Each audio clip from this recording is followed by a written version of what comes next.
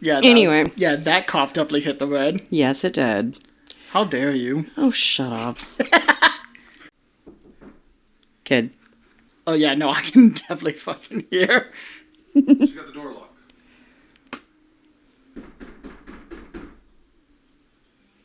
It's the police. Please open up.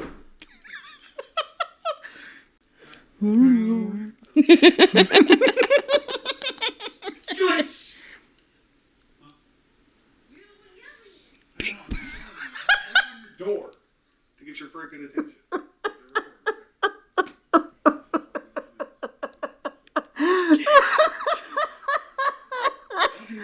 Do you see how hard it is to parent? Oh, yeah, no, 100%. Like, we love them. But fuck them. But oh my god. Oh. You're the one yelling, Michael.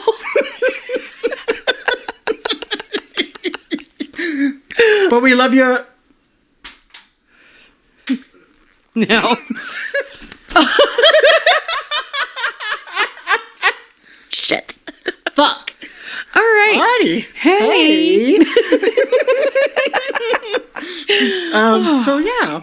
Sorry, we have the giggles. My youngest had her door locked and was being extremely loud in her room. So we're gonna leave in Michael banging on the door like he's the cops. That was hilarious. That's the sound of the police. All right.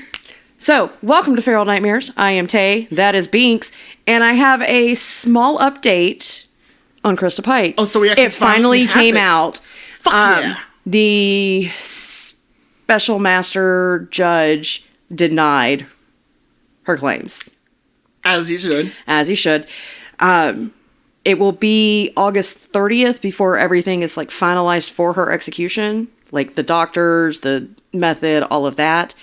Her lawyers have until the 28th to kind of appeal his decisions. But as of right now, everything is going forward as it should.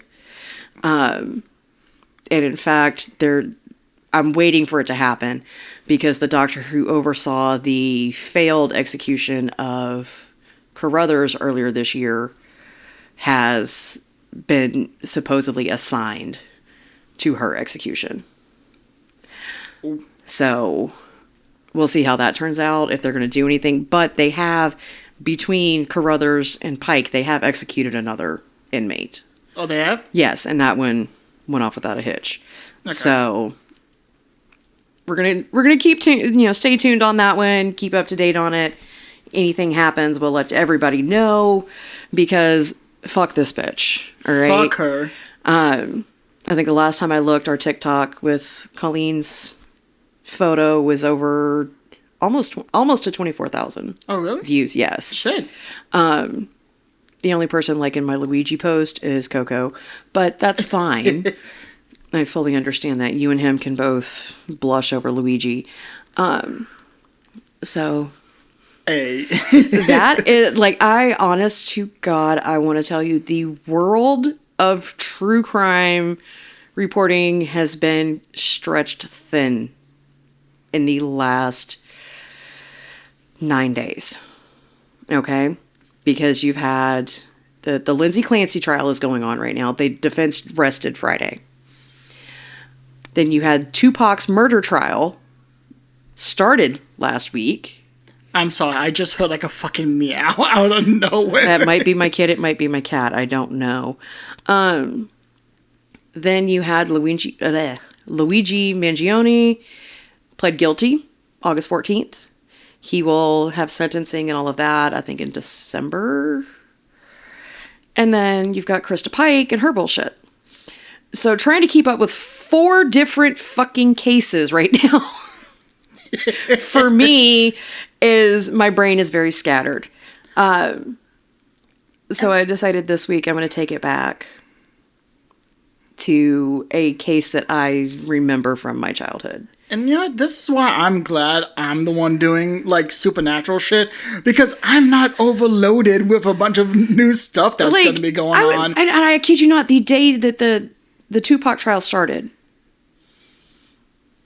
I was at work, and I was just randomly thinking, I was like, wait, I knew they had charged someone with his murder. Now, they're not saying this is the guy that pulled the trigger, but this is the guy that orchestrated the hit. Oh.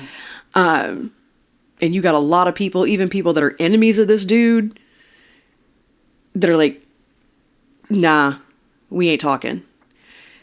Just because of the history and there's a reason some shit's been kept for 30 years. One of the witnesses is literally on the stand, told the attorney, treat me like a hostile witness. I ain't saying shit. So this one is going to be interesting. Damn. But I was at work and I was thinking about it. I was like, okay, I'm sure I would have heard something. Yeah. I'm like, preliminary hearing something, or if it had already been done, it would have made the news somehow. I got home from work that day and literally the trial started that day. I was like, son of a bitch. All right. Well, shit. Now I gotta pay attention to this one. Lindsay Clancy, I will cover. I've got to do a lot more research because that one, if nothing else, and the fact that she's not in there saying, I didn't do it. She is saying she is not criminally responsible because of her mental health. And this is bringing up women's mental health, and especially postpartum mental health is being brought to the forefront. But there's a lot of stuff that does not add up. I don't know, anything about this case. Yeah, it is bonkers. Basically, she has been charged with the murder of her 3 children. Oh, fuck. The youngest was 8 months old. I think the oldest might have been 4 or 5. But they have, text that she would send to her mom, hey, can you come watch the kids? I'm struggling today. Hey, can you do this? And then her husband would be like, nah, you don't have to come and watch the kids. She's fine.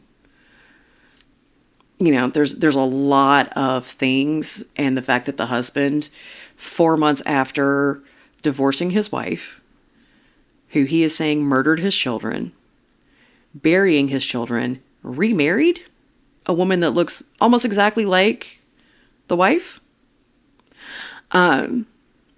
Yeah, there's a lot of suspicious shit in there.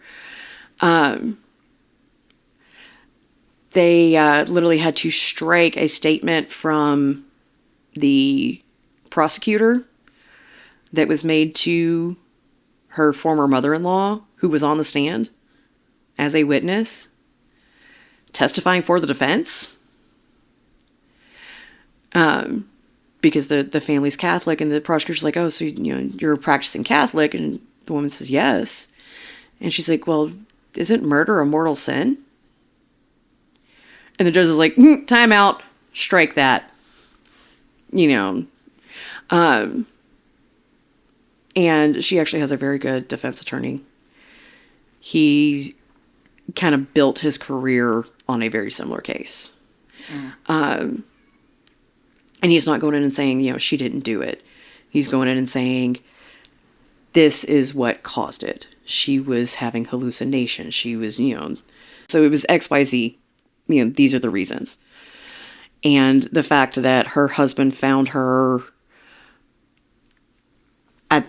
on the ground outside of their home after supposedly cutting both of her wrists, taking a shit ton of medication that had been ground up into a powder and put into a drink, and then falling throwing herself out of a second-story window. She has permanent spinal damage. Her trachea was crushed. And he's claiming that she was able to speak when he found her. But he didn't. He made the phone call, paramedics show up, and then he became very performative to find the kids. Like I said, there's a lot of shit going on, and I'm going to be researching that one very heavily soon. Yeah.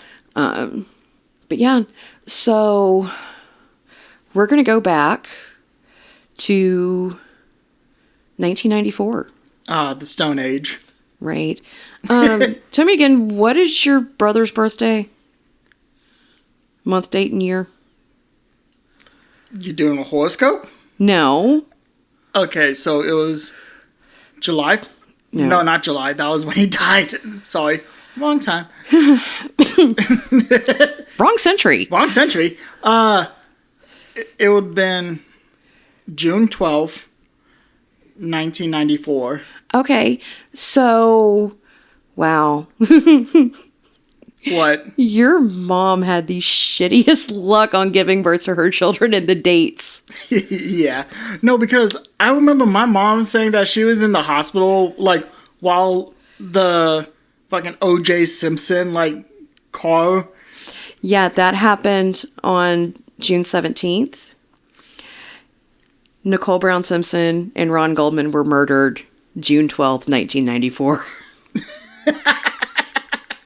That's why I asked, because I know there's 6 years between y'all. I was like, and I know your mom and your brother's birthdays are right there. I just couldn't remember which one. They're right next to each other, so I even forget. Since your mom's the 13th. My mom's the 13th. Your brother's the 12th. Okay. Because I have another case that has those dates and a tie to 9/11.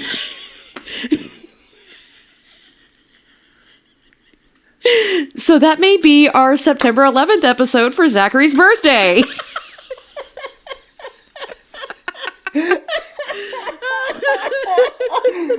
No, I was thinking about for my birthday, doing it fucking conspiracy theory about 9/11. Oh no, this one's gonna be good. Oh, wait, so we both gonna have a 9/11? Yes. And I'm bringing in the gays. Ooh, wait, what you mean? You'll find out in a couple of weeks.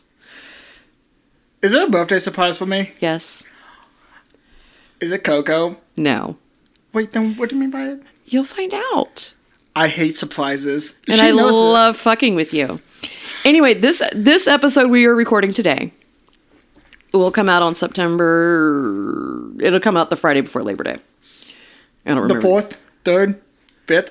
One of those days. One of those days. The first Friday of September. Wow, February. Damn. Fuck. The first Friday of September, this will be that episode. So next week, you'll find out. Because that's when we record your birthday episode. But at least you were born in 2000 and not 2001. Oh, yeah. So, all right. Do you want to hear about how I fully believe, based purely on evidence, that Orenthal James Simpson got away with murder? Yes. All right. So, OJ, and I remember being 9 years old and OJ getting arrested. I remember literally coming home from the skating rink at 9:30, 10 o'clock at night on June 17th, 1994, going to my aunt and uncle's house because they had picked me and my cousins up, and they were watching the Bronco chase. Okay, I remember this, and we're like, what's going on? And they're like, oh, OJ Simpson's running from the cops. No, I find that funny because you're getting home from a skating rink. My mom was literally in the hospital after giving birth. Yeah, so this is just memories, right? This is shit that is moments in my life, right? So June 12th, 1994, your brother's born, and Nicole Brown Simpson and Ronald Goldman were murdered brutally. So I'm going to give you a little bit of a timeline about kind of what happened that day. Okay? I feel like we need to invest in a murder board. Seriously, I might be going to get the yarn and the corkboard later today. And in a couple of these times, I don't have exact times for. I'm just kind of basing it off of what makes sense to me. All right? So a basic general timeline. So a general timeline. Now, Nicole Brown because I'm not going to call her Nicole Brown Simpson. I refuse to. Is, when she and OJ met, she was 18 years old. How old was OJ? 30. Ugh. And married to his first wife, who he divorced after he and Nicole had started dating. So he divorced his first wife in 1979. They met, and I want to say it was 77 or 78. Now, they got married February 2nd of 1985. Within that year, their daughter Sydney was born. A couple years later, their son Justin. During their marriage, or prior to their marriage, Nicole signed a prenup that she was not allowed to work while they were married. And all outside appearances, charmed life.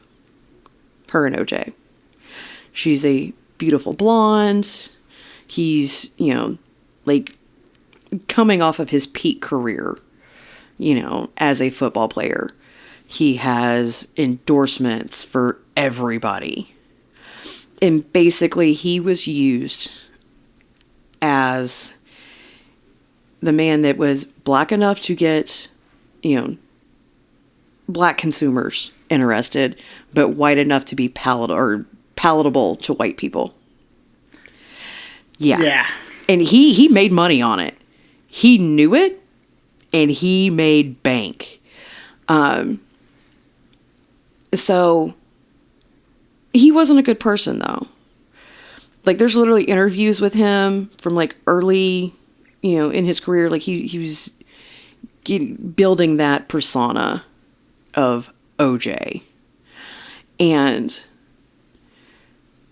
once he and Nicole married, started having their babies,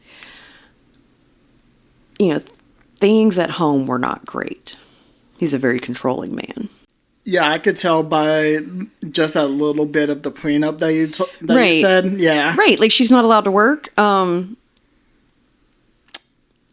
mean, if you got the money to afford it and that's what you want, fine. Like, we ain't judging about that. But I'll be damned if a man's going to tell me if I can have a job or not, even if I'm going to have some type of income for myself. That's just me. So, over the course of their marriage, multiple 911 calls placed by Nicole. Only one charge against OJ. And that happened, and the only reason that he actually got arrested for it is because when the police officers showed up, Nicole was on the front porch of this, big Rockingham mansion. I think that's what they called it. Yeah, Rockingham is what they called their house, because that was the street it was on. Rockingham? Rockingham. 360 North Rockingham Avenue, Brentwood, California. So, it no longer exists. It got foreclosed on and bought by somebody else, and they knocked it down and built another house. But cops show up. Nicole is on the front porch, crying, bruises, all of that. And when the officer, approached her, she basically collapsed in his arms. OJ comes out. Oh, I just didn't want her in my bed. But we've had too much to drink, whatever. The officer's like, I'm taking you in. And that ended up being the only one. There's reports of him breaking her arm in an argument, and she told the doctor she fell off her bike. Like, very much battered woman situation. And when she finally was in the position to be able to leave safely for her and her kids, she did. I mean, good for her for, like, getting out of that situation. And at the same time, it's... he was never violent towards the kids, anything that I've seen. It was only just her. Yeah. He was very possessive of her. And I remember, and I can't remember who the witness was to it or who Nicole had told, but I literally remember seeing it on the news as a kid that they had gotten into an argument at one point, and he had her, like, backed up against a wall. and he grabbed her crotch and said, "This belongs to me," or something along those lines. It's been a hot minute, so don't quote me on that. Just a grain of salt. Yeah, just basically saying, this is mine. This is not yours, it is mine. Wow. Made threats against her if she ever started dating another man, shit like that. So on June 8th, 1994, a women's shelter called the Sojourn House received a phone call from a woman named Nicole inquiring about, possibly coming there with her children because she was afraid of her ex-husband and what he might do. Okay. Now, it is assumed that that was Nicole Brown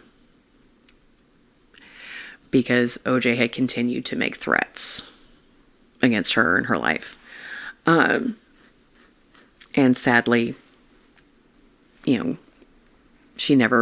wasn't safe. Yeah. But because they do have these two kids, they're trying, to do what's best for the kids. She's, trying to be a good mother and knowing that she is permanently attached to this man through those children. July 12th, their daughter Sydney had a dance recital at her school. So this is where my timeline is kind of me guessing. When you said this was June 12th. June 12th. Okay. So the day of the murders. So I'm saying probably about 6 p.m. that day. Both Nicole, her family, and OJ attended their daughter's dance recital. So, that ends, I give it about an hour and a half. I don't know how long dance recitals are. My kids are not that, they're not dancers. So we figure about 7:30, the Brown family, Nicole, the kids, her parents, siblings, whatever, have dinner at a restaurant called Mezzaluna. Now, one of the waiters there is, an aspiring actor, writer, somebody that Nicole knows socially. And his name is Ron Goldman. So, family eats. Ron was not their waiter that night. But, seeing each other, hey, how you doing? Whatever. So I figure about 8:30, 9 o'clock, Nicole takes her kids to Ben & Jerry's, get some ice cream, get a little sweet treat, and then they go home. Kids get ready for bed, kids go to bed. Well, about, 9:37, Nicole's mother calls Mezzaluna because she can't find her prescription glasses. And so she calls, she asks the manager, she's like, hey, I think I left my glasses there. Can you check? He goes through and he finds them, puts them in a white envelope, and, knows that Ron is friends with that family. And Ron's like, yeah, I'll drop them off at Nicole's on my way home. No big problem. Deal. Not a problem. So 9:50 p.m., Ron Goldman clocks out for the last time and drives to Nicole's house.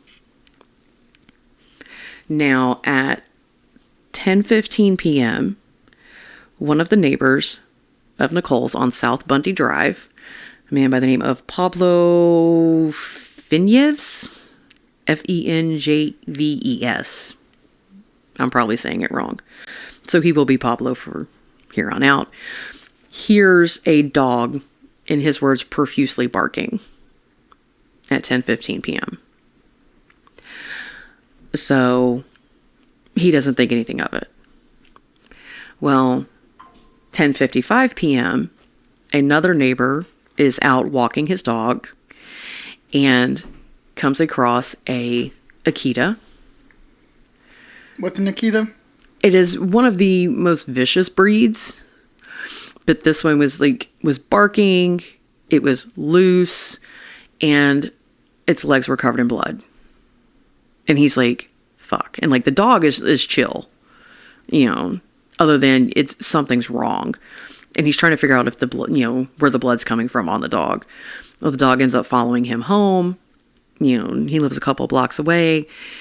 He can't figure out where the blood's coming from. His neighbors are like, hey, we'll keep the dog overnight. No big deal. And, this dog kind of continues to become more and more agitated. So around midnight, so now 6:13. Like, the only thing that's going through my mind is like, what's wrong, Lassie?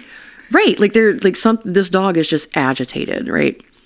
So around midnight, they take this dog for a walk, trying to like calm it down. Well, they get back to where the dog was found. And there's a little like pathway, like walk path to a house. And the dog ends up leading them down this path. And just inside the gate of the property, in the backyard, they find Nicole Brown dead, laying at the bottom of stairs, blood everywhere. And Ron Goldman, a few feet away, leaned up, like against some bushes and the fence, dead. So they've been found at like midnight. Okay? Now,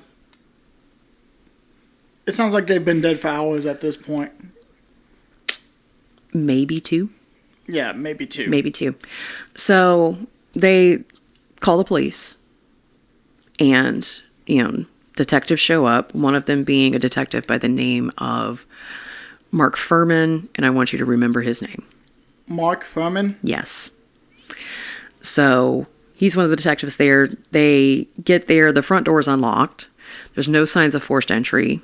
Nothing. But there is literally blood everywhere. Now, Nicole is laying kind of face down in a large pool of blood. Multiple stab wounds to her head and her neck. Very, very few defensive wounds, if any. And they're basically like, okay, there was a very short struggle. Like, she didn't get to put up much of a fight. But what actually killed her was a very deep slash across her neck, starting on the left side and coming up towards the right, towards her right ear, that severed her carotid artery. Her larynx was exposed. Her C3 vertebrae was incised, and basically her head was hanging on by a thread. Almost complete decapitation. On Ron, he had multiple stab wounds to the neck and the body. He had some defensive wounds. So he did try and fight. He had a few more than Nicole did. But it's also a very short struggle. Like, it's... Like, with Nicole, that one was... She was very easily overpowered. And that was like a... I'll explain exactly what happened to Nicole. Because there's more to it. Okay. But the LA coroner alleges that the assailant stabbed Goldman with one hand while having him in a chokehold with the other. All right, so after Ron is dead, basically bleeding out, they theorize because of bruising found on Nicole's back and a footprint on the back of her shirt that the assailant came back over to her, put their foot in her back, grabbed her by the hair, and slit her throat that way. So very violent attack on her. Yeah. Because when you described it at first, it seemed like she was like taken out like quickly. No. I don't remember exactly how many stab wounds she had. But what they did notice is that the stairs leading up to like the little back patio, that area where she's at, it's all covered in blood. Like, there's footprints on the stairs in blood. Nicole was barefooted and her feet were clean. So not her footprints. Like, she did not step in any blood. Everything happened to her right there. Now, next to Ron, they found a blue knit cap, more bloody footprints, an envelope with glasses in it, and an Eris isotoner leather glove, size extra large, for the left hand. And heading towards the rear access to the house, basically where the dog had led the neighbors to, they found a blood trail that was at that time believed to be the assailants, from some type of injury to their left hand. And from kind of the droplet pattern and everything, the assailant was walking, not running. So very calmly walking. And while all of this went on in the backyard, Sydney and Justin Simpson were in their beds asleep. The officers went in and very gently carried them out of the house, away from the crime scene, and took them to the police station.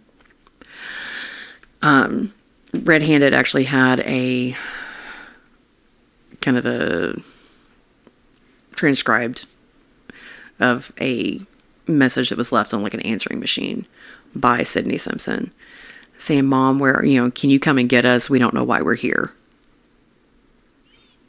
Calling the house to tell her mom to come and get them. And this is an 8-year-old child. Okay? Calling her mom to come and get her because they don't know what's going on. So, if you know anything about the OJ trial, you know that leather glove is a big thing, right? So once they figure out who Nicole is, they're like, shit, that's OJ's ex. Mark Fuhrman and 3 other detectives go to his house to notify him and to question him. Because obviously any homicide case, if there's a spouse, you're going to look at the spouse. If there's a, boyfriend, girlfriend, whatever, you're going to look at them first. So they drive the 7-minute drive, exactly 2 miles from Nicole's house on South Bundy to OJ's house on Rockingham Ave. And they get there and nobody's answering. There's lights on, like they can see a light on, but like can't get anybody. And at this point is when a famous for not being famous person comes into the story. The only reason anybody knows who the fuck this man is because of this case. And that is a man by the name of Kato Kalin, who is a family friend, up-and-coming actor, who basically lived off of The Simpsons. Like, they knew him really well. He would, like, live in their guest house, stay with them, babysit the kids. The kids loved him so much that Akita was named Kato. They named their dog after him. That is how much the kids loved this man. And basically, he finally comes out and he's talking to the detectives and he's like, well, OJ had a flight to Chicago tonight, so he's not home. But before Kato comes out, they notice, like, this is a nice ass neighborhood. Everybody's got these long drives, multi-car garages, all of this. But there is a white Bronco parked like a jackass out on the street. And they're over and they're kind of looking at it. And they run the plates. And it comes back as a Hertz rental car. Now, important to note, I said OJ had endorsements and all of that. He was the face of Hertz rental cars. So, of course, he's driving one of their cars. So they're like, okay, this is OJ's rental, So they're looking at it. And I can't remember if it was on the inside or the outside door handle. It might have been both, but there's blood. So, of course, they call crime scene technicians. Like, we're going to search this vehicle, right? Yeah. Finally get a hold of Cato. He comes out. He's talking to him.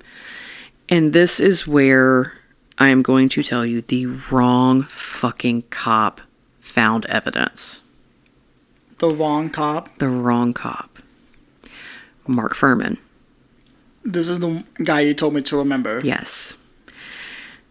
He finds 1 Eris isotoner leather glove, size extra large, for the right hand. Okay. On a path leading up to OJ's house. Now, the white Bronco had, I want to say, both Ron and Nicole's blood on it. This is the DNA evidence. Ron and Nicole's blood was found inside OJ's home, like by the front door. And Nicole's blood was on socks that were found in OJ's bedroom. Okay? So this seems like a pretty open and shut Right. thing. It seems very, very open and shut. So, several hours later, because now it's, 1, 2 o'clock in the morning, they contact OJ at his hotel in Chicago, notify him, hey, Nicole's been murdered. He sounds very upset, in quotations. And they're like, hey, we need you to come in. We got to, ask some questions, whatever. So OJ does hop on the first plane back to LA, goes straight to his house, and, the police show up. They're like, hey, we need to bring you down to the station, whatever. And he's like, all right, just give me a minute, Goes in his house, comes back out, grabs, with the keys to his car, gets in his car and drives himself to the police station. And the cops are just standing there like, all right. That's not how you do it. What day is this? Your mom's birthday. June 13th. So this is like... This is like the day after that afternoon. Okay. Giving him time to fly back and all of that. So he goes to the police station. And at that point, his lawyer, and I can't remember which one because he had so many of them, meets him at the police station. They are taken to a private room. Just him, just his lawyer, for 30 to 45 minutes and have a conversation. They come out of that room, and the lawyer's like, okay, you can talk to him. I'm going to dip. The lawyer leaves, and OJ is interviewed for a stupidly short amount of time without his lawyer there. And they're like, notice he's got a bandage on his left hand. They're like, hey, man, what happened? And he's like, oh, I broke a glass in my hotel room. OJ was given a lot of liberties by the LAPD, and it was not a secret that LAPD officers would hang out at his house, that he had friends in very high places. So... Let me guess, one of those officers is... No. Oh, really? No. The only reason he knew the address, he had gone there on a domestic call. Oh, previously. Yeah, because... wait. He wasn't the one for that particular call, but he had been there for one. So here's the thing, and this is something that I do want to get into more, because the climate in Los Angeles at this time was the LAPD was so fucking corrupt that I want to investigate them myself, because they were literally recruiting, or supposedly recruiting, officers from Klan meetings. This, 1994, this is only 2 years after Rodney King and the LA race riots. Like, it was, very contentious between, the African American community and white police officers. So, here you have a very famous black athlete, one of the best of the best, American sports hero, all of that. And now his murdered white wife and a murdered white man. So whether the LAPD was going at, straight up, he's guilty, whatever, they're letting him get away with a lot of shit, right? They're not doing what they're supposed to do. They're also not doing what they were accused of doing by others. And I fully believe that everything they've been accused of, they did. But I don't know enough about it to speak on it that much. Yeah. So OJ ends up hiring defense attorney Robert Shapiro. He was described as a man who would have cocktails with Hitler. As a Jewish man, he would have cocktails with Hitler. I have no actual fucking words for that. Right. So Red Handed referred to him as, Robert Cocktails with Hitler Shapiro for the rest of the podcast after they said that. So he's not above doing whatever it takes. And he starts calling around. He needs to build this team because he knows, So he calls every lawyer in LA. He calls F. Lee Bailey, who was the defense attorney for the Boston Strangler. So very famous defense attorney. And he gathers all of these people. And of course, this is a room full of white men. And he's like, well, I need somebody else. Like, we need one more. I'm going to call Johnny Cochran. Very well-known black defense attorney at the time. And still very well-known now because of this case. So, literally, he would call up these attorneys and just be like, hey, even if you don't want to do it, you can still say you consulted on OJ Simpson's defense. Use that for clout. You were a consultant for OJ. That's how he was getting these people to at least hear him out. So, Johnny Cochran comes in. You've got F. Lee Bailey. You've got Cocktails with Hitler Shapiro. And you have someone who, while he was alive, his family was not famous. But after his passing, one of his children used his association with the OJ Simpson trial and her former job as Paris Hilton's assistant to become extremely fucking famous. Who was it? Robert Kardashian Sr. Oh, you gotta be fucking Nope. me. That is exactly how Kim Kardashian and the whole Kardashian clan built their empire, was because Robert Kardashian Sr. and Kris Jenner were very good friends of OJ and Nicole. Like, they were amazing friends. And by 1994, Senior and Kris had already divorced, and she was married to Bruce, now Caitlyn. But those two maintained like a perfect co-parenting post-divorce friendship. Like, people should aspire to that, because everything I've heard about it, like, he would literally just walk in the house for dinner unannounced, and everybody's like, what's up? And he had a good relationship with Caitlyn as well, especially towards the end of his life. He sat down, he's like, I'm not going to see my daughters get married. I'm not going to see my son, I need you to step in for me and do these things for my kids, right? Yeah. So,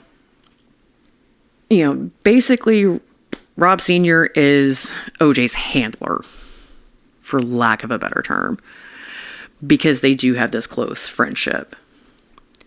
And this actually did put a strain on his relationship with Kris Jenner, because Nicole was one of her best friends. And she fully, she knew some shit that Nicole had told her. And she knew, some of what had gone on. And fully accepted that OJ had murdered one of her very dear friends. And then her ex-husband's like, I don't think he did it. Because he asked OJ point blank, did you kill Nicole? And OJ just started crying. He was like, no, I could never kill her. I could never do that. So Rob trusted his friend, right? Robert Kardashian trusted his friend. We'll get to whether or not he believed that before he passed. But, he believed in OJ. So OJ was at his house when, all of the lawyers are meeting up. Like they're meeting at Robert Kardashian's house. OJ's staying in Kim's bedroom, And June 17th, the night of the infamous and the slowest fucking police chase in American history, broadcast live in its entirety, happens. But before it happens, OJ is now being charged with the murders. There's now, a warrant for his arrest. And Shapiro's like, hey, you got to turn yourself in. And Rob Sr.'s like, yeah, man, we got to do this. We got to do it right. We got to prove it's not you. And honestly, out of the entire legal team that was dubbed the Dream Team, I believe that Robert Kardashian Sr. was the only one that believed OJ was innocent. Like, as you explained, it's just a friend wanting to be there first. And he was not a defense attorney by any means. No, I think he dealt with financial law, something not. No, as you said, he was OJ's handler. He was just trying to be a good friend. Yeah. And, he truly believed, he's like, I can't see him doing this. So, OJ's supposed to turn himself in by 11 a.m. Doesn't happen. And he's got his childhood friend hanging out with him there at the Kardashian house. Kardashian. So a man by the name of A.I. Cowlings. They grew up together. They're boys, right? So about 5 p.m., the police show up. They're like, he was supposed to come in, turn himself in. Police show up. They're like, all right, let me go get OJ. They go upstairs. OJ's gone. AI is gone. And they find a note, which multi-pages, kind of rambling, very much looks like a suicide note. So they finally were able to locate OJ and AI. AI is driving a white Ford Bronco, the second one in this story. OJ's in the backseat. And they literally go on the slowest, below speed limit police chase for hours. OJ's on his cell phone, which was the big brick, I'm not going to turn myself in until I talk to my mom. Radio stations are calling his old coaches to get him hey, you got to talk OJ into, this. Domino's sold as many pizzas during this as they did during the Super Bowl that year. Because people were not leaving the fucking TV. Okay, when you say the thing that fucking gets me is the fact that these motherfuckers are going under the speed limit. Yeah. And this lasts for hours. Mm-hmm. At least because, all right, if I came home from the skating rink 9:30, 10 o'clock. He was discovered missing around 5 p.m. Pacific. That would have been 8 p.m. Central, where we were at. It was still going when I got home, so we'll say about 2 hours. An hour of that, actively after they found him. One. Yes, I know. So yeah, maybe 2 hours of this. And he's being followed by police. You've got people that just happen to have a fucking helicopter because it's fucking LA. Of course someone's going to have Somebody's just going to have a helicopter. They're flying around let's go find OJ. So you've got police helicopters. You've got privately owned helicopters. You've got everybody's following. And it's a police chase. Look, all I can imagine is okay, imagine my phone is OJ's car. Here's the police. Stop. Pull over. Like, that's how I'm imagining it, because, like, you say it's, like, so fucking slow. Now, compare that to police chases nowadays. I've actually got to see a police chase. So, side quest. Many years ago. Many, many years ago. My mom called me from one of the bars downtown. You know, she was like, I'm ready to go home. I've had too much to drink. Come get me.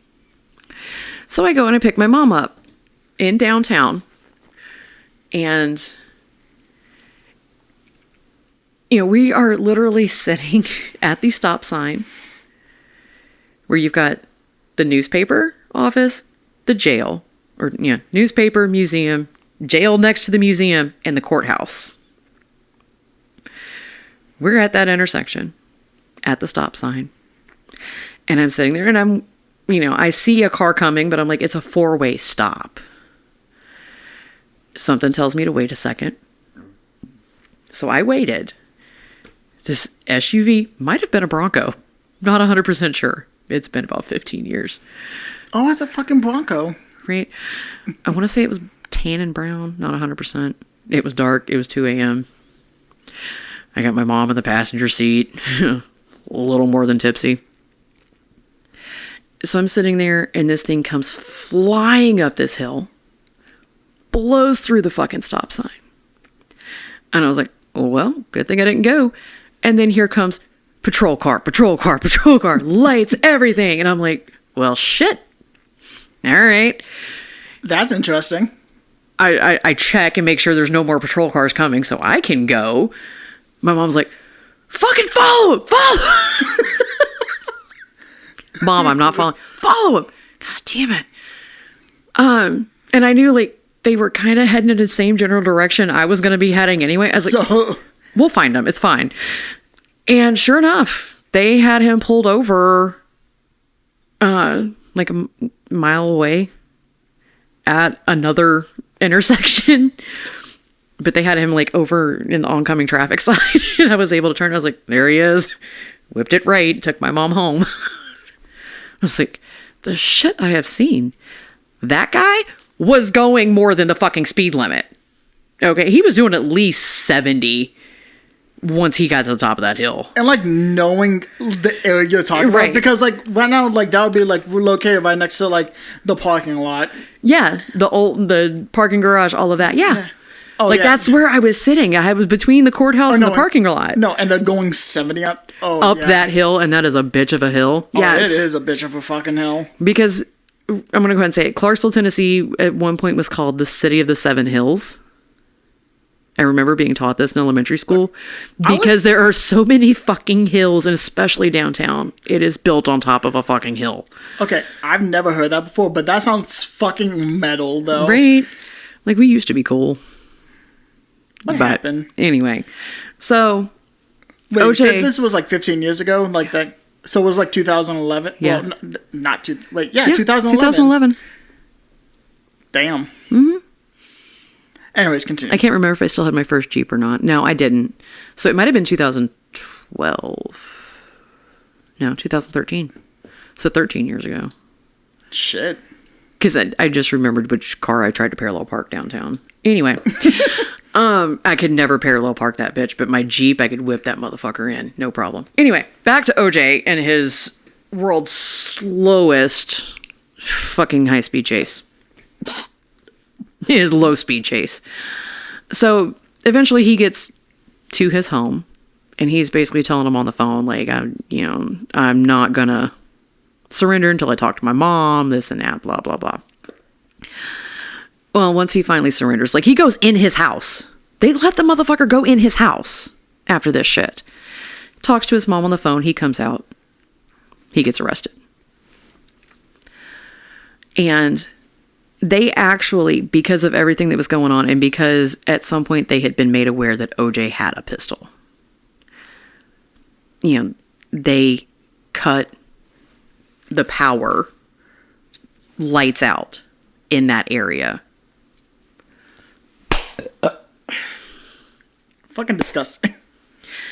And, just so, because they did not know what he would do, they did not want him shooting himself on national television live. So they cut the power. And of course, because of everything going on, the tensions and everything, a lot of people didn't take kind to that because they're like, they're going to go in there and they're going to fucking kill OJ. So, needless to say, everybody's glued to the TVs. All right, so we finally go to trial. Trial starts on January 24th, 1995. And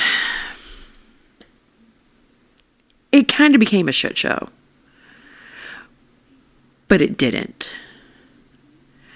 So, I'm going to explain that a little bit because I'm getting ready to go straight off of fucking memory now. This is stuff not in my notes. Now, Cocktails with Hitler, Cochran, F. Lee Bailey. The whole dream team. I'm going to put that one in quotation. No, that's literally what they called them. In the press, the dream team. Yeah, but still, that just sounds... I know it sounds dirty. So they did, in the time they had, to prep for this, not only were they trying to find evidence to prove OJ innocent, they were doing studies on the different demographics for the jury. In their studies, they realized that, okay, well, the lead prosecutor is going to be a white woman named Marsha Clark. So we're going to play on the stereotypes, and their research did kind of back it to a point that black women do not like white women. Black women do not like white women that marry black men. So several black women were chosen for the jury pool. A couple of black men and maybe 2 or 3 white people. I know there was at least one woman that had to be kicked out because they received a letter that she was trying to do a book deal about being on the jury during the trial. So she's kicked out, an alternate's put in. So they had 12 jurors, 12 alternates. And this was a sequestered jury. So like I said, it started January 24th, 1995. The verdict was read October 3rd, 1995. Hey, what day is it? It's October 3rd. So they're sequestered. They could not have keys to their hotel rooms. They could not watch television. They could not read a newspaper. If they watched TV, it had to be as a group and like a movie from Blockbuster. They had to eat together. If they wanted to have relations with their spouses, it was treated like a conjugal visit. These people were literally imprisoned in a hotel for almost 10 months. January 24th to October 3rd. That's fucking insane. Yes.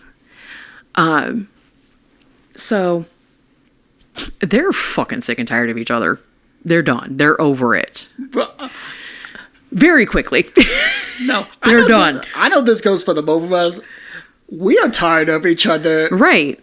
Like we are recording so that Labor Day weekend we have 3 days away from each other. Yes. I love you. I do. We need a break. We need a break, yeah. Because we spend way too much time together. Mm-hmm. Because our one job together wasn't enough. We decided to have another one. We decided to do a podcast. So, you've got this jury.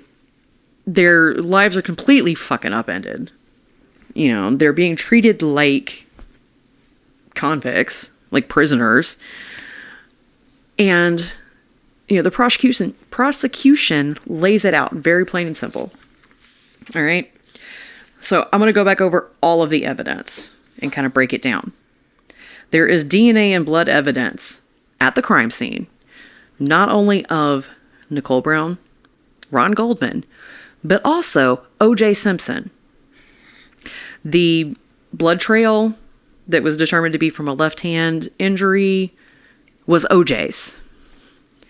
The victim's blood being in the Bronco, victim's blood being in his house, Nicole's blood being on the socks. Also, like That's just your DNA and blood evidence. Okay.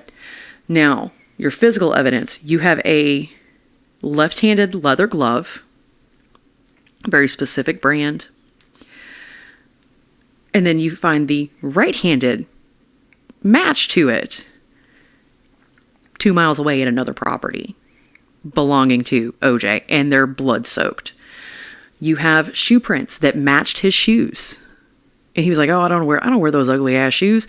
They literally had a picture of him wearing those shoes. Good thing he wasn't an actor. No, okay, that's another thing. He had just finished training with Navy SEALs for a Navy SEAL show.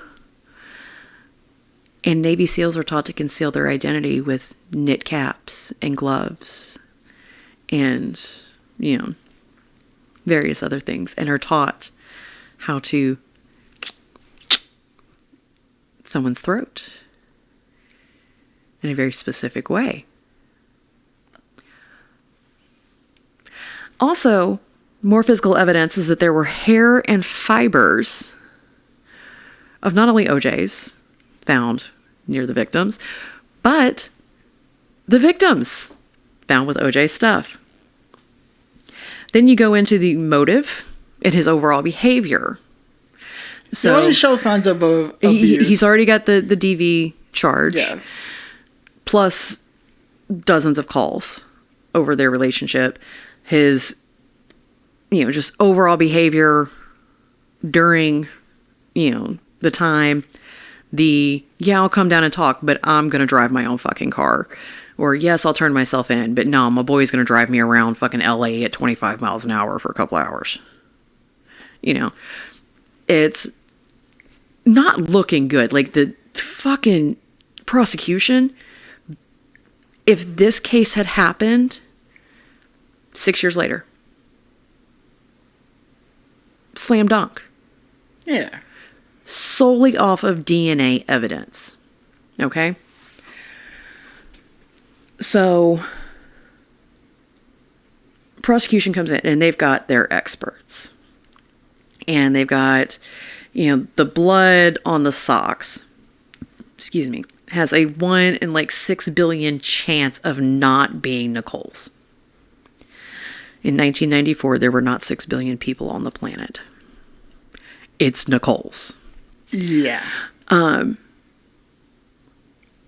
But then the blood evidence and whatever, because DNA was so fucking new, nobody knew what it was. Nobody understood it outside of The people actually the people that deal with it. Yeah. So they hear 1 in 6 billion for this. Well, the blood is a lower chance, and,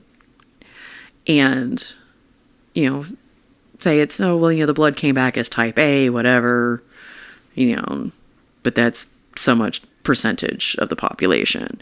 So they hear this massive number on the DNA, but then this really low number on the blood. And they're like, well, that doesn't make sense. So, all of this DNA, all of the forensic evidence, anything with the 3 letters DNA, nobody understands it. So that doesn't work out the way that anybody plans on it. Now they've got, here's hair, here's, fibers from clothing, here's shoe prints, right? All of these things. And the leather gloves. And the defense is like, or no, the prosecution has a literal physical fucking receipt for 2 pairs of these gloves. Because the Eris isotoner, 2. The Eris isotoner light leather gloves, size extra large, were only sold, that particular model of gloves was only sold at a Bloomingdale's in New York City, their flagship store. They have a receipt from Nicole purchasing 2 pairs, size extra large. They have a photograph from earlier in the year, or the previous year, of OJ during sports commentary at a football game in the winter, wearing the fucking gloves. Okay? Everything in here, slam dunk. All right? Everything. So the defense immediately comes out and they're going to use that stereotype, prejudice that exists that basically make the jurors hate Nicole. Ron Goldman gets completely lost in all of this shit. He really does. Nicole goes from being a victim to basically being called promiscuous, saying that she was, banging all these men, she was doing this, she's doing that. Like, basically a character assassination against Nicole. And during this time, a supposed friend of hers, by the name of Faye Resnick, writes a book, a tell-all about Nicole, full of a bunch of bullshit. And it comes out before the trial. Oh, that shit was fucking planned. Right.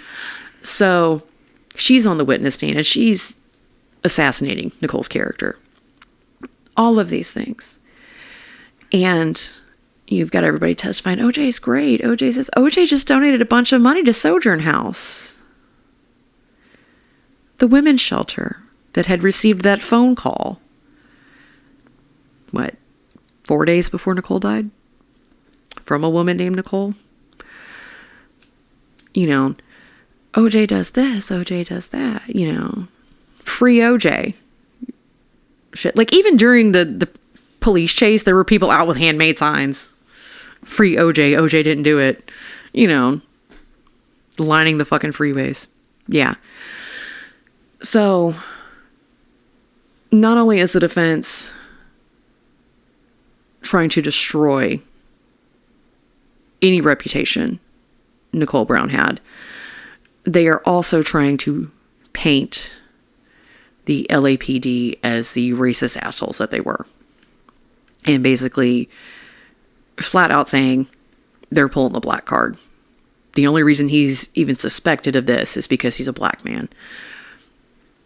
And, lots of back and forth. So, remember I told you to remember a name? Yes, but I promptly forgot it. Mark Fuhrman. Detective Mark Fuhrman. Yeah, but I do remember you saying that he was the worst person to find that piece of evidence. Yes.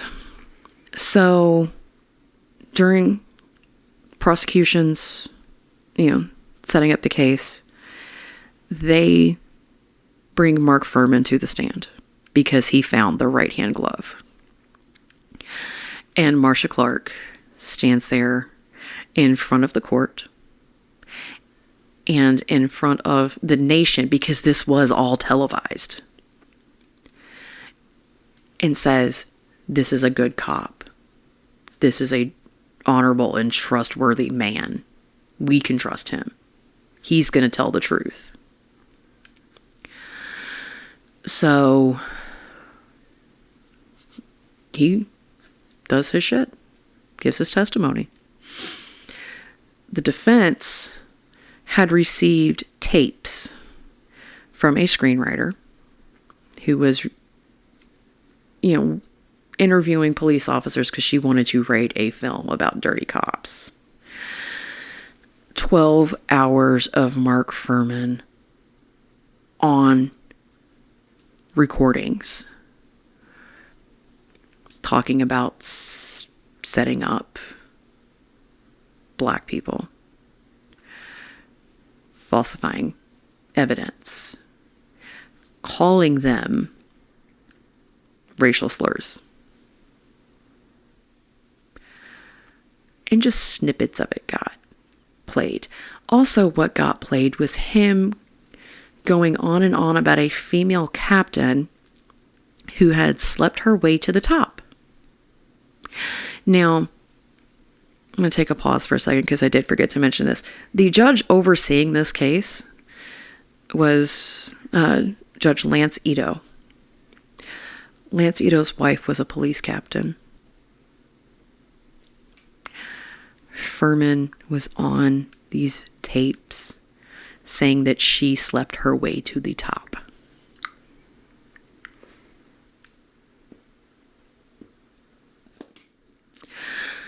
All credibility. Fucking down the drain. He fucking had down the drain. They pulled his records, like complaints. Fucking racist. Blatantly racist. Any ounce of credibility he had, fucking gone. So, and I know I'm getting some of this shit out of order in the trial because, like I said, I'm going off of memory from what I've just researched, and I did not have a full timeline of the trial. But the, assistant prosecution, the still wet behind the ears young, prosecutor, decided that, all right, this is going to be OJ's nail in the coffin. We're going to make him put the gloves on. And they wouldn't do it with another set of the gloves, identical set. It had to be the actual gloves from the evidence, which were soaked in blood. Dried blood gets hard. Flat out. So OJ had to wear latex gloves over his hands and put these gloves on. Also, OJ has severe arthritis in his hands and reportedly had not been taking his arthritis medication, so his hands were swollen. And when he was putting on the gloves, even the prosecutor had to tell the judge, can you please tell him to put them on like a normal person? Because he was doing this. He had his thumbs out at a weird angle, so they weren't going on properly.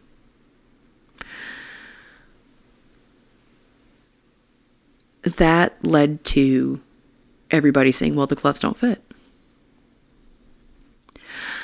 And in closing arguments, Johnny Cochran gave his now famous line, if the gloves don't fit, you must acquit. So this, 10 months of jury selection, being sequestered, everything the prosecution has put forward has just been shot to shit. I was sitting in my 5th grade classroom, and class is gathered around a little 13-inch black and white TV with the fucking bunny ears and the turn dial that my teacher had in our class. And we sat there and we watched the verdict come in for OJ Simpson. And you have a bunch of 10-year-olds sitting here watching this as they read off not guilty on first-degree murder. And we're sitting there but he did it, right? Confused as fuck. So OJ's off. OJ's free. Double jeopardy. Can't charge him again. Can't try him again. He walks out of there. He ends up with joint custody of his 2 children between himself and Nicole's parents. In 1997, he lost a civil lawsuit for wrongful death of Nicole Brown and Ron Goldman and was ordered to pay Ron Goldman's parents $33 million. He didn't pay shit. He started putting his money into shell companies and making it look like he didn't have the money. His home ended up being foreclosed. His Heisman Trophy and other sports memorabilia sold at auction. Over $500,000. That went straight to the Goldman family. In 2006, he was supposed to release a book that was ghostwritten by another name we've already heard. Is it the... Pablo. The guy that heard the dog barking. He was a writer. He ghost wrote this book with OJ. The title of the book, If I Did It. And it's supposed to be a fictionalized what happened to Nicole and Ron Goldman. He was sued and not able to release the book. Now, the Goldmans actually got the rights to that book. Publishing rights. And the book has since been released, and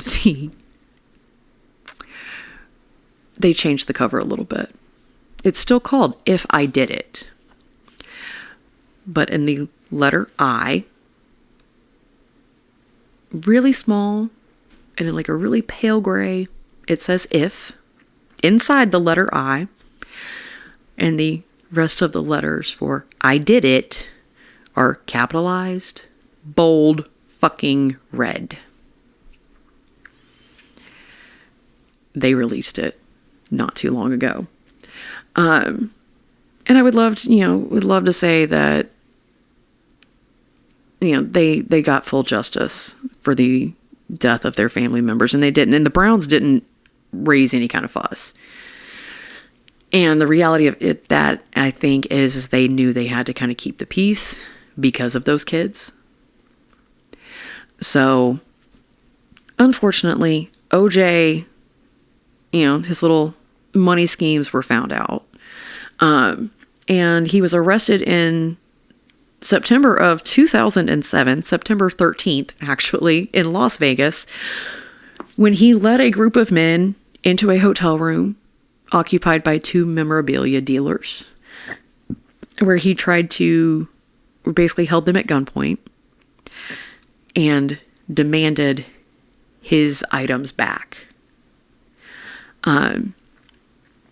So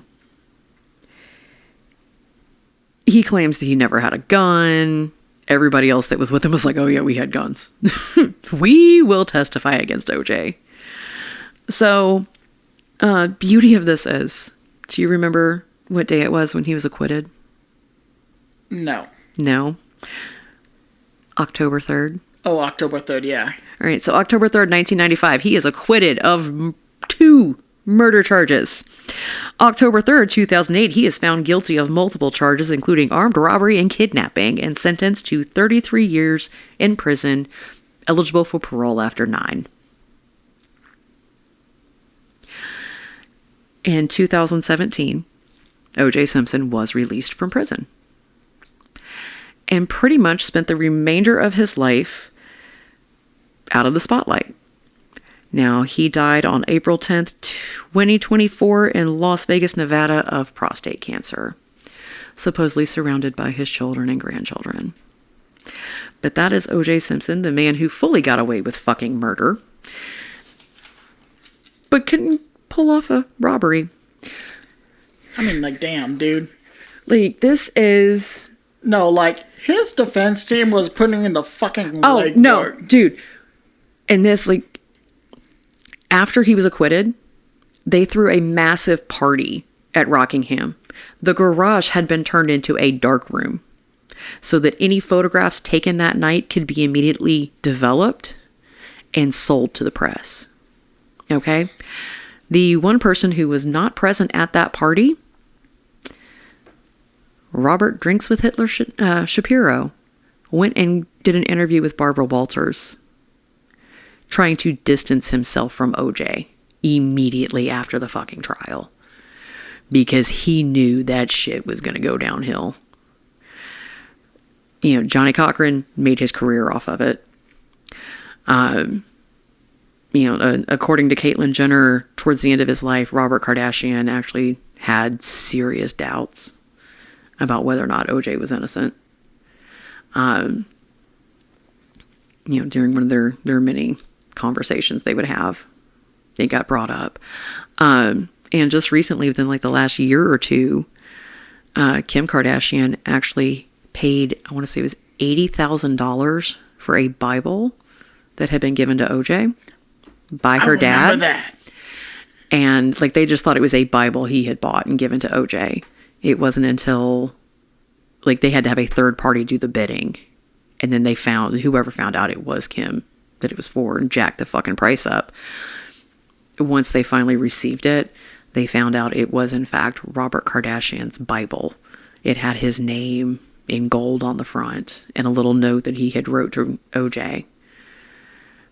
And Kim ended up giving it to Chloe to have because of, she's like, you need this from Dad, But yeah, the whole thing is so fucking ridiculous.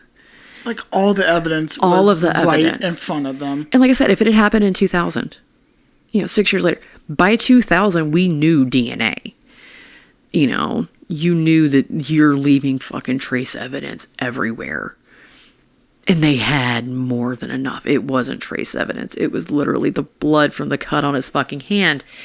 It was hairs from his head in the fucking beanie. It was victim's blood in his vehicle, in his home, on his fucking socks. Like, it's just... It is a complete and total miscarriage of justice, but I see how it happened. I see exactly... Yeah, like... Mark Fuhrman was the fucking nail in the prosecution's coffin. Like, and that's the worst thing about it. You could see... You see exactly where it fell apart. Yeah, you see exactly where it fell apart. And that just, like, fucking pisses me the fuck off. Right.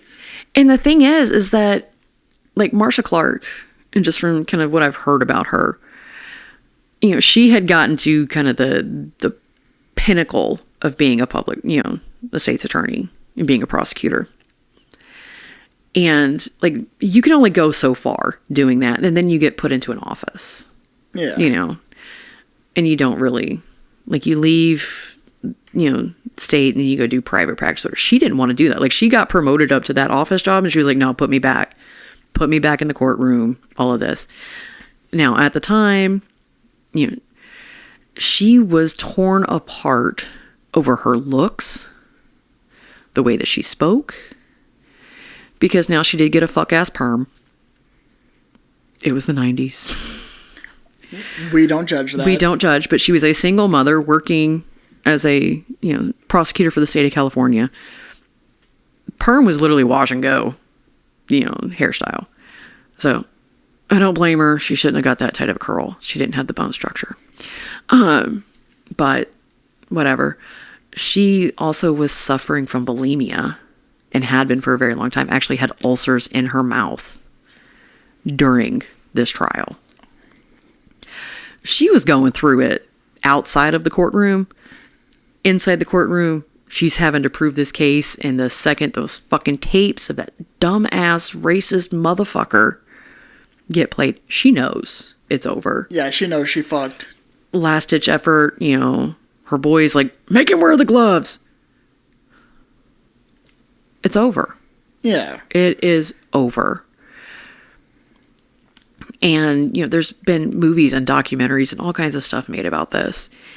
And, some people say, oh, well, they rushed the evidence. So, yeah, like, it was just, you look at it, it is a miscarriage of justice for the Brown and Goldman families. And, Nicole's family is still very, out there, telling her story. The Goldman family's doing the same. Because literally their son was murdered because he was at the wrong place at the wrong time. He was being a good friend. I mean, like, yeah, I'll drop off your mom's glasses. No biggie. No, and then, whatchamacallit, like, the fucking character assassination against her, and then him just kind of being pushed to the background and literally forgotten. Lost in all of it. Because there was rumors that, when the police entered her house, her bathtub was like, she had a bubble bath going, like, set up and candles lit. And they're like, oh, she was a romantic, little tryst with this man. No, like, they were legitimately just friends. And she was taking time to herself. And she was like, you know what? My kids are asleep. I'm going to relax. Well, I've done had my sweet treat. I might have a glass of wine and chill and take, soak in a bubble bath. I have fake candles that light up every night next to my tub, so I can soak in it and have my fake candles, and I ain't got to worry about lighting. Like, that's just a girl thing. So, but yeah, they just... This entire thing pisses me the fuck off. Yeah. And like I said, I was 9 years old when this happened. I was 10 years old when he was acquitted. He got arrested in 2007. I was 22. I was 7. This is the only time I... Literally, you had just turned 7 because it was September 13th. So, I done lost my coaster. This is... Surprisingly, you look at it like OJ Simpson's criminal activity has taken up a large chunk of my life. Yeah. Just kind of sad. Right? It is so sad that Nicole's children grew up without her. Because Sydney's my age. We were born the same year. Oh, shit. 1985, dude. So she's 40 years old now. She was 8 when her mom died. She was 8 years old when she called and left that message on the answering machine, asking her mom to come and get them from the police station. Her brother might be Mike's age. I can't remember if he was born in like 88 or 89. So like these kids literally grew up without their mother. Their father hated by their mom's family. And they're having to go, okay, well, this side says he killed my mom, but he says he didn't. And the court says he didn't. So you can't put that shit on a child. You really can't. At all. So, my heart goes out to them, especially because, she, for all speculation about it, she was trying to raise her children in a safe environment, not only for them, but for her. And unfortunately, she was 35 years old when she was murdered. Ron Goldman was 25. And that is ridiculous. Because not only was OJ acquitted of their murders, found not guilty, the LAPD said the case was closed and they were not going to investigate further. So they haven't even looked into if it was someone else. And even Cocktails with Hitler, during their little powwow meetup of all these defense attorneys consulting on OJ's case, somebody brought up, well, what if it was 2 people? And they're like, oh, he's like, okay, OJ and who? Even he acted as if OJ was guilty. Now, as you said, like... He also hated Johnny Cochran because he stole the spotlight. But whatever. That's a different story. Whatchamacallit, like... Baba Kardashian? Mm-hmm. You said that he was, like, the only person who seems to, like, actually believe that OJ was innocent in all of this. And then afterwards, years later before he passed away, he was like, I don't know. Yeah, I might want to change my statement on that. Right. And I mean, even, because of that, the whole situation, that whole trial, you can find, interviews and stuff from his kids, like talking about it, like the situation that they were in was, they went from, their mom and dad are divorced, their mom's remarried, but everybody gets along. They've got a mom and 2 dads, and, their father comes over for dinner, and everybody hangs out and vacations together, whatever. That's Uncle OJ and Aunt Nicole, And then it goes into, well, now Uncle OJ's on trial for killing Aunt Nicole. Dad's trying to help Uncle OJ. Mom's devastated because Nicole was her best friend. And their dad would take them to court with him. And Chris is sitting on, the other side with the parents. And they said, like, they, were kind of in the middle of it. Because, of course, Kris Jenner's pissed off at her ex because he's defending OJ. She's grieving her friend. She's trying to be there for her friend's family. And her kids are like, this is our dad. Like, trying to be proud of dad for doing what he feels is right. And at the same time, like, seeing, going, kind of stuck in. And that, like, honestly is the only reason I ever paid attention to the Kardashians. Because I wanted to see how that had played out. And every once in a while when I need some really trashy fucking television. Honestly, like, the entire situation is just fucked. No matter how you look at it. No matter how you look at it. And, you know, like I said, you know, Ron was just as much of a victim in this as Nicole. The loss of his life should not have been lost. It shouldn't have been swept under the rug. Right. You know, and Nicole did not deserve this at all. Neither of them deserved it. Neither of them deserved it. You know. Neither of them deserved it. Their kids didn't deserve it. Like. Yeah.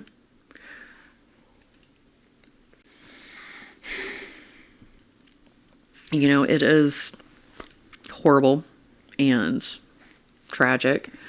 And this like, is, not even like how we say, like. No, like, this is legitimately tragic. Because this man went on to commit more crimes. Not as serious, but what got him thrown in prison for 9 years really wasn't shit. He was trying to get his Heisman back. Well, maybe if you hadn't murdered your ex-wife and managed to pull off that miracle of being acquitted, you wouldn't have lost your fucking Heisman. Well, you know, if you hadn't murdered your ex-wife, you wouldn't have lost your Heisman. Period. You would have had every fucking, you know, ad campaign, all of that shit you had before. Because he was a big name. I didn't know who the fuck he was, but I was 9. Yeah. You know. So it's... We both kind of just need to take a second to breathe. It's...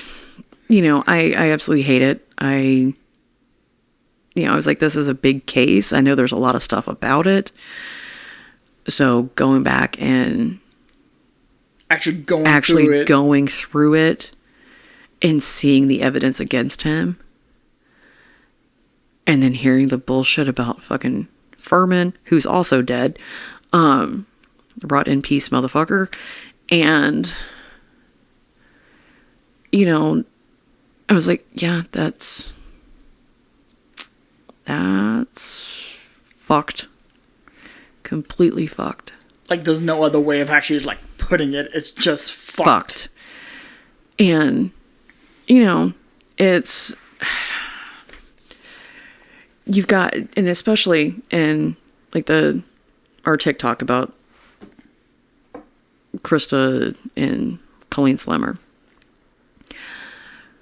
You know, there are people that have commented in there, you know, well, we've executed innocent people.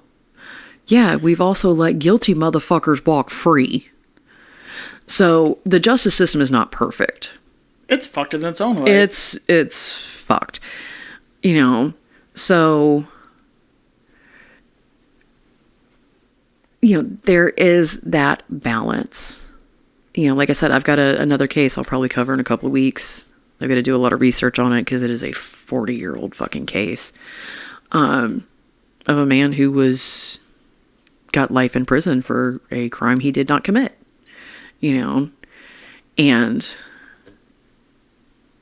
literally the only thing they had against him is that his dad had a dream about where they would find the body and found the body there. Oh yeah, you're telling me this on Friday. Yes. So, you know, that one's going to be interesting to dig more into. It's really bad that I'm listening to a British podcast and getting American stories. They're doing a great job covering them. Also, when they started calling John F. Kennedy Wacky Back Jack, I about lost my shit. Because you wanted some conspiracies. I've never been a JFK assassination conspiracy person, but now I'm thinking they had me down a fucking rabbit hole. Oh, speaking about conspiracy, I had done found Alice in the Cheshire Cat. Like, I was going. Now I'm like, fuck. No. I'm also very depressed after that because just the shit that JFK was doing. He was supposed to have a meeting with Castro. He actually had somebody in Cuba, like, super secret CIA didn't know this guy was there because he was the ambassador to Guinea. He was like, go talk to Castro. We're going to figure this shit out, right? He was writing letters to whoever the hell was in charge in Russia at that point. I don't remember the name. He was legitimately trying for fucking world peace. And they blew his fucking brains out. And now the only fucking Kennedy we've got, Capitol Hill, thinks he's got a fucking brainworm. And I had so much fucking hope when RFK Jr. was like announced he was going to try and run for president. I was like, in his platform, I was like, okay, I can get this.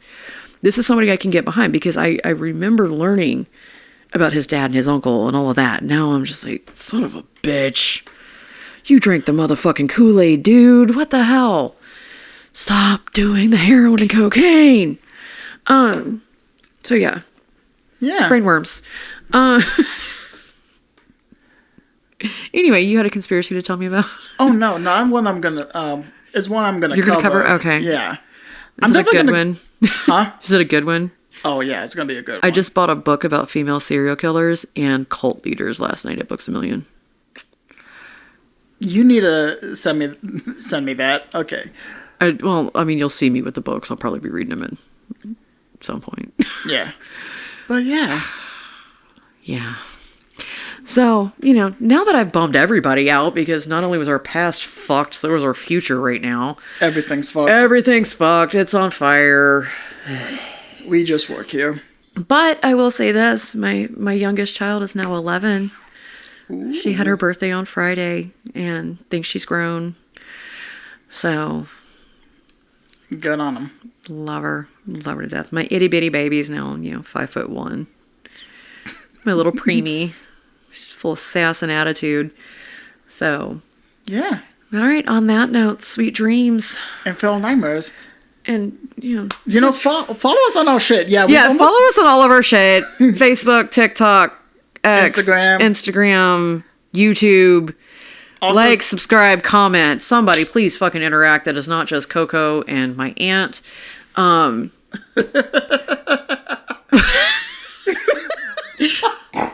love them both. Okay. But come on. Also, Zachary, I have a question for you before we leave. I have an answer. Have you listened to a single one of our episodes? No, because I hate the sound of my own voice. So okay, well, I kind of need you to start fucking listening. Okay, I will start listening. So you can understand some shit. Oh, about all the yeah. About how you're problematic. How am I problematic? Oh, is it? You'll see. Are you talking about all of the stuff Mike was talking about? Mm-hmm. Okay, when you said problematic, I thought I was actually like problematic. No, you're problematic. With a lowercase p. Depends on the day. Okay, so depends on the case. Let's put it that way. Okay, so problematic. Occasionally capitalized. How the fuck am I being like? Listen. You, honest to God, you need to listen. Okay, but and I'm not even saying. All right, hang on. I'm gonna have to go ahead and apologize for the Sally House. Yeah. Our bad. That's why we have this whole new... This is why we had new setup. Everything's changed. Our apologies, but I feel like everyone has at least one episode that is shit fucking audio. And that one was ours. So, my bad. I'm no longer allowed to lean back in my chair. Yeah, you're not. And he's got parameters set for when he gets too loud. Okay, okay. When we mean problematic, it's just about the stuff that we talked about, like with Mike. That stuff. Not the other kind of problematic. What other problematic? Anyway, hang on. We'll continue this. Yeah, we'll continue Sweet dreams. This. And fail nightmares. Bye. And this is how to get away with murder. No, it is not. I mean, OJ did. I mean, if you're OJ.